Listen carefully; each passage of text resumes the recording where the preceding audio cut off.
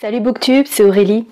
Je vous retrouve aujourd'hui pour faire la review d'Into the Wild, Voyage au bout de la solitude, par Jon Krakauer ou Krakauer. C'est un ouvrage qui est sorti en, je regarde mes notes, qui est sorti en 1996, qui a été traduit en français en 1997, et nous devons la traduction à Christian Molinier. Donc ici, l'exemplaire que j'avais emprunté à ma médiathèque, il s'agit de la collection À vue d'œil. Voilà, collection en très gros caractères, parce que c'est celle qui était disponible à ma médiathèque quand j'y suis allée. C'est de la non-fiction. Certains d'entre vous ont peut-être vu le film de Sean Penn qui est sorti en 2007, ce n'était pas mon cas. J'avais entendu parler bien évidemment de ce qui était considéré comme une tragédie slash un fait divers, donc j'avais des vagues notions de ce qui était arrivé à Chris McCandless, ici interprété par Émile Hirsch, je crois. Mais j'avais pas creusé plus que ça.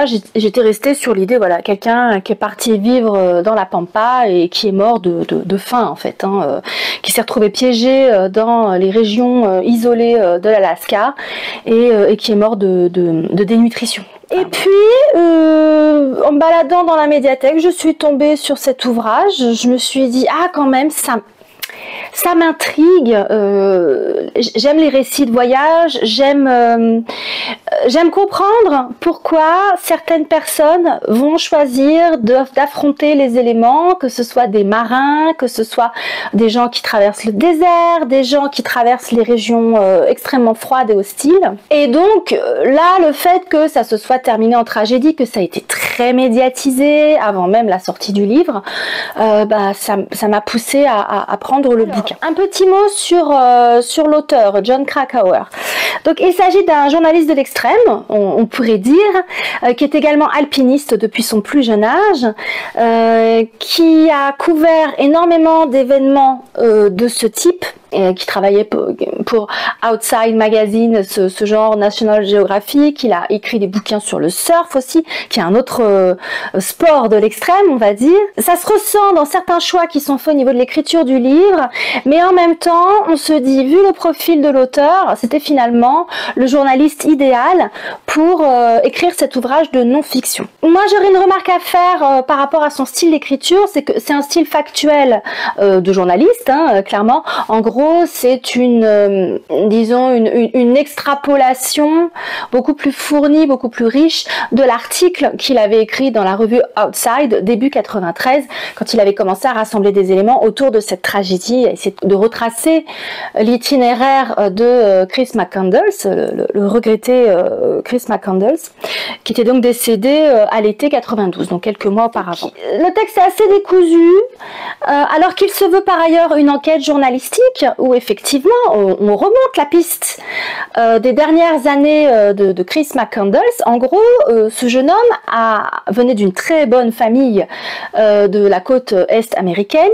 Il a fait ses études à l'université, il réussissait brillamment, et quasiment du jour au lendemain, il a disparu une fois qu'il a eu son diplôme en poche. Il a disparu, il n'a plus jamais donné de nouvelles à sa famille. Le défi consistait pour le journaliste et avant lui les autorités qui ont bien dû essayer de comprendre ce qui était arrivé à ce jeune homme, l'identifier déjà dans un premier temps. Ça a été de reconstituer son itinéraire sur les dernières années de sa vie jusqu'à son décès dans ce bus qui est devenu tellement mythique que des gens l'ont pris comme point de pèlerinage au fin fond de l'Alaska, dans la région de Fairbanks, au risque de leur vie. Donc en fait, les autorités de l'Alaska en avaient tellement marre de devoir monter des missions de sauvetage pour les pèlerins, les aventuriers qui se rendaient sur le lieu où le jeune homme est mort. Il est mort dans le bus, qu'il a été décidé en 2020, je crois, donc bien après la sortie de ce livre et du film, d'élitreiller le bus, et maintenant dans le musée des transports de Fairbanks. Donc un texte qui est décousu, qui part sur beaucoup de tangentes. Alors ces tangentes, elles ont une raison d'être dans le sens où Jon Krakauer essaie de comprendre les motivations de Chris. Il essaie de comprendre déjà ce qui a fait qu'il s'est retrouvé en porte-à-faux vis-à-vis de sa famille, donc il s'est rapproché de la famille qui a joué le jeu et qui a été très aidante dans le processus d'écriture du livre, et ça l'a aidé à faire son processus de deuil. Donc ça, j'ai apprécié, c'est quelque chose qui a été mis en valeur dans le livre et j'ai trouvé que c'était la bonne chose à faire, parce que la pauvre famille, même s'ils avaient des différends, perdre leur fils ou leur frère, c'est terrible en fait, c'est vraiment une tragédie à plus d'un titre. Ce jeune homme de 24 ans, quelle tristesse, on a envie de comprendre, et déjà de comprendre sa motivation. Donc c'est ce que Jon Krakauer fait en retraçant donc ses pas, en rencontrant les gens plus ou moins marginaux qu'il a croisés sur sa route, en autostop, en machin, parce que c'était vraiment un galérien, hein, et c'était ce qu'il voulait. Donc jusqu'à ce jour fatidique, ce bus fatidique où il est décédé. Donc il essaie autant que possible, suite au décès du sujet, hein, bien sûr, de ce jeune homme, de comprendre ce qui l'a poussé à partir. Donc, il établit des parallèles avec des gens dont j'avais jamais entendu parler, en l'occurrence des aventuriers depuis les années 30 jusque, voilà, soit des gens qui sont partis vivre l'Alaska, hein, qui exercent vraiment une attraction très très forte sur les jeunes Américains qui ont soif d'absolu, comme l'était ce jeune homme, mais aussi l'Ouest sauvage, etc. Et il prend pour exemple un certain nombre d'aventuriers, de marginaux pour qui ça s'est mal terminé, comme pour ce jeune homme, comme pour Chris. Donc ça c'était intéressant parce que j'ai appris plein de choses en fait. C'est un monde que je ne connais pas et ça m'a vraiment fascinée. Et encore une fois, c'est là qu'on voit que Jon Krakauer était la personne idéale pour écrire ce bouquin, parce que il est baigné là-dedans. Il raconte aussi sa propre expérience personnelle, la première fois où il a voulu escalader un mont très difficile d'accès par une face qui n'avait jamais été utilisée jusqu'à présent en Alaska, justement, où ça s'est fini par un bid monumental, mais heureusement pour lui, pas de façon aussi tragique que pour Chris McCandless. Et c'était intéressant qu'il juxtapose toutes ces expériences, qu'il essaie de mettre en avant ses propres motivations à l'âge qu'il avait à peu près, donc comme Chris, quand il était beaucoup plus jeune qu'au moment où il a écrit le livre. Malheureusement, ça donne une lecture décousue. On passe de ces tangentes à la suite de l'itinéraire de Chris sur les dernières années. On revient en arrière. Attends, c'était quel mec qui l'a pris en autostop? Et c'est quand il était en Arizona? C'est quand il était dans le Montana?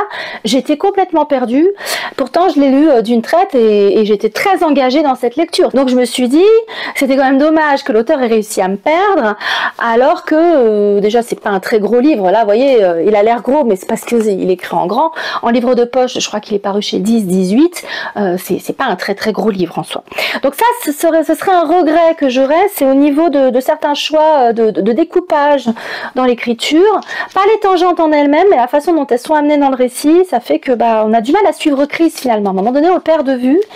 Et j'ai trouvé ça dommage parce qu'on est là pour lui. Quand même. Et effectivement, le jeune homme que l'on devine à travers tous les témoignages des gens qui l'ont côtoyé, y compris de sa famille, brosse le portrait d'un garçon très attachant, un idéaliste pur jus. Évidemment, il a voulu vivre son idéal jusqu'au bout et il a payé le prix ultime pour cela.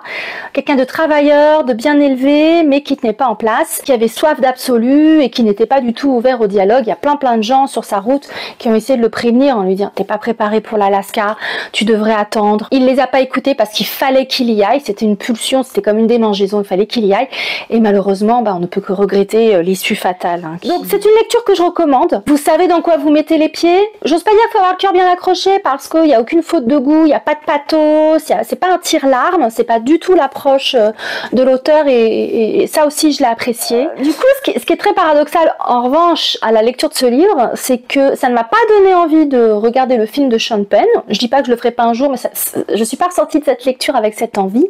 En revanche, ça m'a donné envie de découvrir les autres ouvrages, les autres témoignages de Jon Krakauer, en particulier justement son témoignage sur un fiasco monumental sur le mont Everest où quasiment toute sa cordée, en fait, tout son groupe est mort, y compris des guides très expérimentés.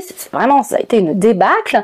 Il a fait partie des rares survivants. Donc il a écrit un livre dans ce sens, je crois que ça s'appelle Tragédie sur l'Everest, que je lirai, que j'ai mis du coup dans ma wishlist à la médiathèque. Et c'est là qu'on se rend compte que c'est un personnage controversé, Jon Krakauer.